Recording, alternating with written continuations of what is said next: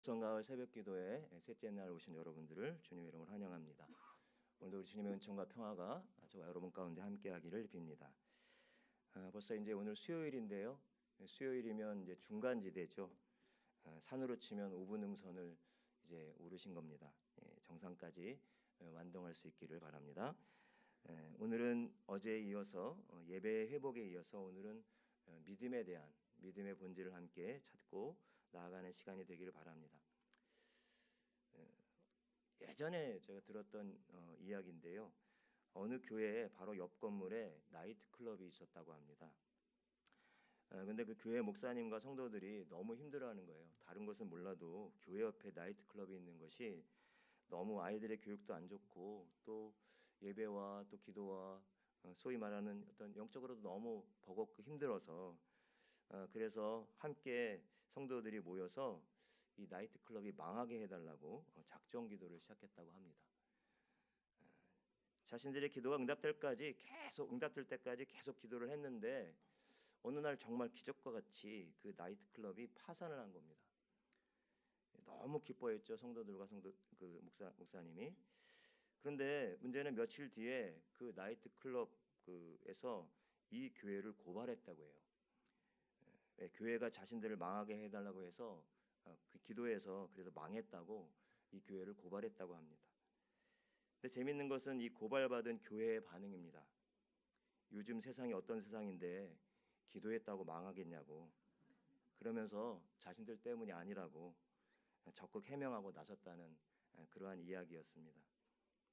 여러분, 교회 목사와 성도들 그리고 이 나이트클럽 사장 중에 누가 더 믿음이 좋은 걸까요? 아리송한 질문이지만 여기서 우리는 믿음에 대해서 생각하게 하는 한 대목이 있습니다. 물론 나이트클럽 사장이 믿음이 있을 리가 만무합니다. 억울하니까 그냥 이것저것 찔러본 것이었겠죠. 그러나 교회와 성도들의 태도는 어떻습니까? 자신들이 열심히 기도를 했지만 정작 나이트클럽이 망하니까 그건 원래부터 망할 수밖에 없는 것이었어 하는 태도를 취하고 자신들이 그렇게 간절히 기도했던 그 시간들을 어쩌면 잊어버리거나 아니면 무시해버리는 그런 모습. 저는 이 이야기 속에서 우리의 믿음도 때로는 이 편의성에 따라서 붙잡았다 놓았다 그렇게 하는 모습들이 우리 가운데 있는 것은 아닌가 생각해 보았습니다. 우리가 어떤 필요가 절박했을 때 여러분 그렇게 기도하시죠? 지푸라기라도 잡는 심정으로 하나님을 믿고 하나님을 의지하고 또 하나님께 간구합니다. 하지만 또 어떻습니까? 우리의 필요가 채워지고 또 그 필요가 사라지고 나면 그 믿음은 마치 효력을 다하고 잃어버린 것처럼 어디론가 숨어버립니다. 마치 믿음이라는 것이 경우에 따라서 필요에 따라서 우리 어떤 위기 탈출을 위한 가장 효과적인 그런 처방처럼 그렇게 사용되어지고 맙니다. 물론 우리가 인생의 어떤 큰 한계를 느끼고 절박함을 느꼈을 때 우리는 정말 하나님을 의지하고 또 우리의 그 절박한 상황들을 하나님께 간구하고 또 응답을 구합니다. 그러나 한순간 일어났다 사그러드는 믿음은 우리가 참 믿음이라고 하기가 어렵습니다. 왜냐하면 믿음은 이런 말이 있더라고요. 믿음은 점이 아니라 선이다. 한 번에 끝나는 것이 아니라 지속적으로 우리의 삶 속에서 우리를 받쳐주고 또 우리를 지탱해주는 힘이다. 그러니까 믿음은 삶 그 자체라고 말할 수가 있겠죠. 오늘 저와 여러분에게 주신 말씀, 이 말씀은 예수님의 비유의 말씀 중에 하나입니다. 1절에 항상 기도하고 낙심치 말아라라는 대목, 이 대목으로 시작하는 것으로 보아 여러분 이 말씀은 분명히 기도에 관한 말씀이라는 사실을 쉽게 알 수가 있습니다. 내용도 우리가 읽어보셨지만 뭔가 억울한 사정이 있는 과부가 정말 들어줄 리가 만무한 불의한 재판관을 찾아갑니다. 그래서 끈질기게 물고 늘어져서 사정을 합니다. 자신의 원한을 갚아달라고 사정을 합니다. 그래서 결국 이 불의한 재판관이 견디다 못해 너무 성가셔서 번거로워서 그래서 그 과부의 기도를 들어 응답해 줍니다. 그러면서 하는 오늘 말씀의 비유의 얘기 속에서 불의한 재판관도 이렇게 과부가 막 성가시게 끈질기게 달라붙으면 들어주는데 하물며라는 말이 나오죠. 하물며 우리 억울한 사정을 잘 아시는 하나님은 어떠시겠느냐라는 그런 말씀으로 오늘 이야기가 맞춰지고 있습니다. 그래서 우리는 이 비유의 이야기를 우리의 마음속에 새기면서 우리가 간절한 어떤 기도의 제목이 있을 때, 우리가 바라고 또 우리의 필요가 있을 때 이 말씀을 펼치거나 떠올리면서 하나님께 떼쓰듯이 매달립니다. 항상 기도하고 낙심치 말라 했으니까 말씀을 의지해서 끈질기게 열심히 기도합니다. 그리고 자신이 무엇을 구하든지는 관계없이 이 과부가 끈질기게 기도했다는 그 기억을 떠올리면서 그렇게 끈질기게 기도하는 것이 믿음이 좋다는 증거라고 그렇게 생각하기도 합니다. 그런데 이 이야기는, 오늘 이 비유, 이 불의한 재판관과 과부의 이야기는 그냥 낙심치 말고 기도하라 라는 어떤 기도의 내용으로만 끝나지가 않습니다. 대부분의 이야기가 되어 있지만 맨 마지막에 보면 8절 후반부에 보면 이렇게 오늘 이 비유의 이야기가 마무리 짓고 있죠. 그러나 인자가 올 때에 이 세상에서 믿음을 보겠느냐 하시니라. 기도에 관한 이야기로 우리가 끝나는 줄 알았는데 이 이야기는 사실은 믿음에 관한 이야기로 맞춰지고 있습니다. 1절에서 8절 상반부까지 이 비유의 이야기 속에서 이전까지 한 번도 믿음이란 단어가 나오지가 않습니다. 그래서 우리는 분명히 이것은 그냥 기도에 관한 가르침이고 또 교훈들로 생각합니다. 억울한 원한을 가진 과부가 들어줄리 만무한 이 불의한 재판관에게 끈질기게 매달렸을 때 그의 청원이 받아들여진 것을 생각하면서 정말 우리가 아쉽고 또 어려운 일이 있을 때 낙심부터 하지 말고 끈질기게 하나님께 기도하라는 교훈입니다. 맞습니다. 우리들도 분명히 우리의 삶의 필요를 가지고 하나님께 나아갈 때가 있죠.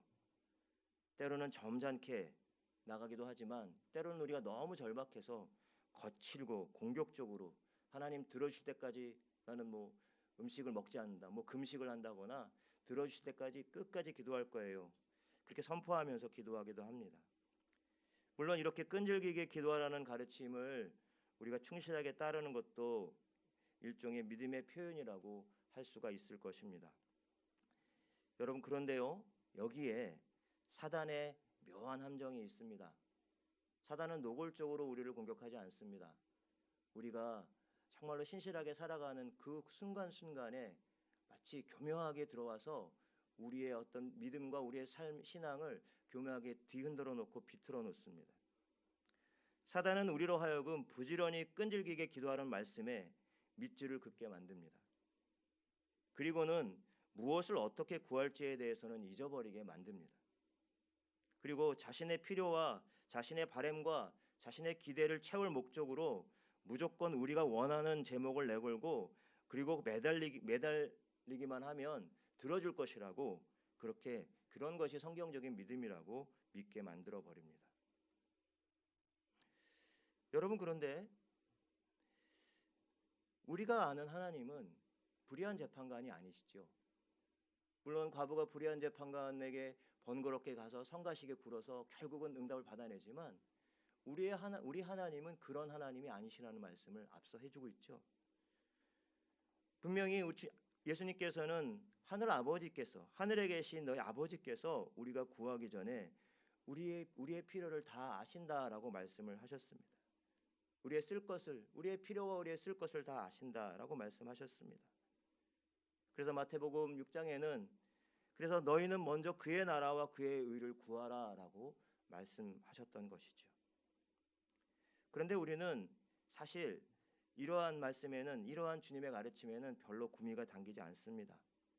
그저 내 앞에 있는 나의 필요, 나의 바램, 나의 기대, 이것을 언제나 채울 목적으로 끈질기게 부지런히 주님께 매달리는 것이 성경적인 믿음이라고 그렇게 믿고 싶어 합니다.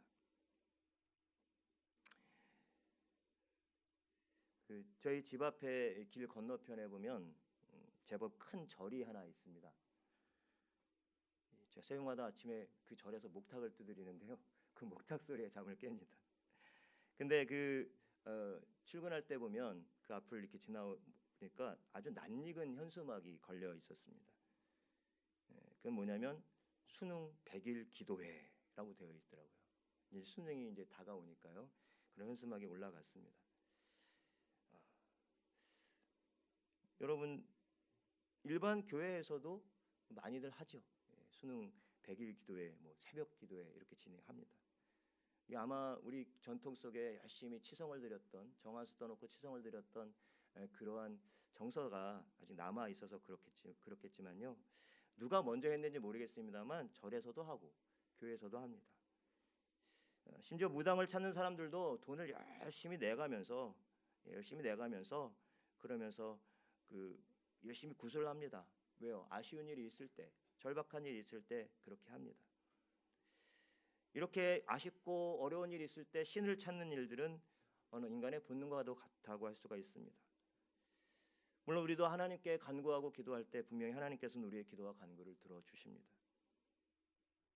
그러나 주님은 자신의 간구와 소원을 이루기 위한 그 자신의 어떤 바램과 기대와 소망만을 이루기 위해서 그렇게 끈질기게 매달리는 것을 참 믿음이라고 하지 않으십니다.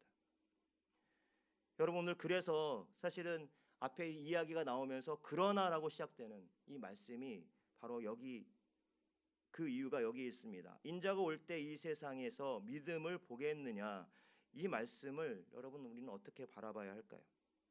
좀 어색해 보이기도 합니다. 그러나 이 말씀을 우리가 이렇게 풀어낼 수가 있습니다. 자신이 원하지 않는 상황 가운데 있다 할지라도 자신의 계획이 뜻대로 되지 않고 어그러져도 하나님을 의지하고 순종하는 믿음을 지키겠는가? 어떤 상황 속에서도 하나님을 향해 시선을 고정시키겠는가? 고난의 시간 속에서도 인내하면서 하나님을 향한 당신의 믿음을 다른 이들에게 보일 수 있겠는가? 우리가 상황과 환경에 따라서 붙들었다 놓았다 하는 그런 믿음이 아니라 우리 주님이 보시길 원하는 참 믿음이 바로 어떠한 상황 가운데도 흔들리지 않는 그 믿음이었습니다. 예수님은 분명 하늘 아버지께서 너희에게 있어야 할 것을 이미 다 아신다. 아무것도 염려하지 마라 라고 말씀하셨습니다. 우리가 구할 것을 하늘 아버지께서 다 아신다는 말씀, 여러분 그 아버지는 어떤 하나님이십니까? 그 아버지는 바로 온 세상을 창조하신 창조주 하나님이십니다. 여러분, 믿음을 어떤 목사님이 믿심이라고 이렇게 표현을 했어요. 믿심. 여러분, 믿심이란 말이 무슨 뜻입니까? 밑에서부터 받쳐주는 힘이란 뜻이에요. 한자로는 저력이라고 이야기를 합니다. 믿심이 좋아야 흔들림이 없습니다. 그것은 뭐 우리 가정이든 우리 개인의 삶이든 교회 공동체든 이 나라와 민족이든 이 믿심이 좋아야 되겠죠. 뿌리가 잘 깊이 내린 나무라야 풍파 속에서도 견뎌냅니다. 그럼 창조주 하나님을 믿는다는 것은 무엇입니까? 그것은 단지 하나님이 세상을 창조하셨어라고 하는 사실을 믿는 것, 그것만이 아니라 바로 하나님, 온 세상을 창조하신 하나님이 바로 나의 아버지시다라고 하는 것을 믿는 것이죠. 여러분 정말 이것을 믿으십니까? 이것이 믿겨지셔야 합니다. 이것이 믿어져야지만 우리의 믿음의 뿌리가 깊이 내리고 어떠한 상황과 환경 속에서도 흔들리지 않는 것이죠. 그 하나님, 그 아버지, 창조주 하나님이 나의 아버지 되신다. 그 하나님이 바로 나를 죄악 가운데서 구원하신 구원자 되시는 하나님이시다. 이 사실에 우리의 믿음의 뿌리를 들 때 우리의 믿음은 든든한 믿심을 받고 흔들리지 않게 될 것입니다. 그래서 주님은 세상에서 진짜 믿음을 찾아볼 수 있겠는가? 사실은 당시에 예수님께서 제자들에게 이 말씀을 하실 때는 이것이 굉장히 비관적인 전망처럼 그런 느낌으로 다가오는 말씀이에요. 실제로 복음서에서 제자들의 믿음의 삶을 보면 얼마나 변덕스러웠습니까? 자신의 자리, 자신의 아쉬움과 필요에 근거한 그러한 믿음과 신앙이었던 거예요. 그러나 그러한 제자들을 주님께서 끝까지 인내하시면서 그들을 믿음의 반석 위에 올려놓기 위해서 주님께서는 기도하셨죠. 여러분 2000년 전의 이 말씀, 이 세상에서 믿음을 보겠느냐라고 하는 이 말씀, 오늘 우리들에게도 동일하게 들려옵니다. 너희 세상에서 참 믿음을 찾아볼 수 있겠는가? 다른 이들에게 과연 너희의 믿음을, 그 흔들리지 않는 믿음을 보여줄 수 있겠는가라고 말입니다. 사랑하는 성도 여러분, 결국 이 일은 우리의 믿음의 근거를 우리의 자신의 필요나 아쉬움만, 그리고 우리의 기대와 바람에만 놓는 것이 아니라 바로 우리의 창조주 되신, 또 구원자 되신 하나님께 돌려놓을 때 가능한 줄로 믿습니다. 이 믿음의 근거에서 우리가 우리의 삶이 평온할 때든지, 아니 또 힘들고 어렵고 고통스럽고 위험할 때든지 간에 관계없이 우리는 요동치 않는, 흔들리지 않는 믿음의 길을 걸어갈 수 있을 것입니다. 여러분, 이 세상에서 믿음을 보겠느냐라고 하는 이 말씀 앞에 주님, 바로 제가 이 세상 가운데 주님을 믿는 그 믿음을 증거하는 삶을 살겠습니다. 흔들리지 않는 믿음으로 나아가겠습니다. 이렇게 오늘도 결단하며 주님 앞에 나아가는 저와 여러분들이 되시기를 간절히 바랍니다.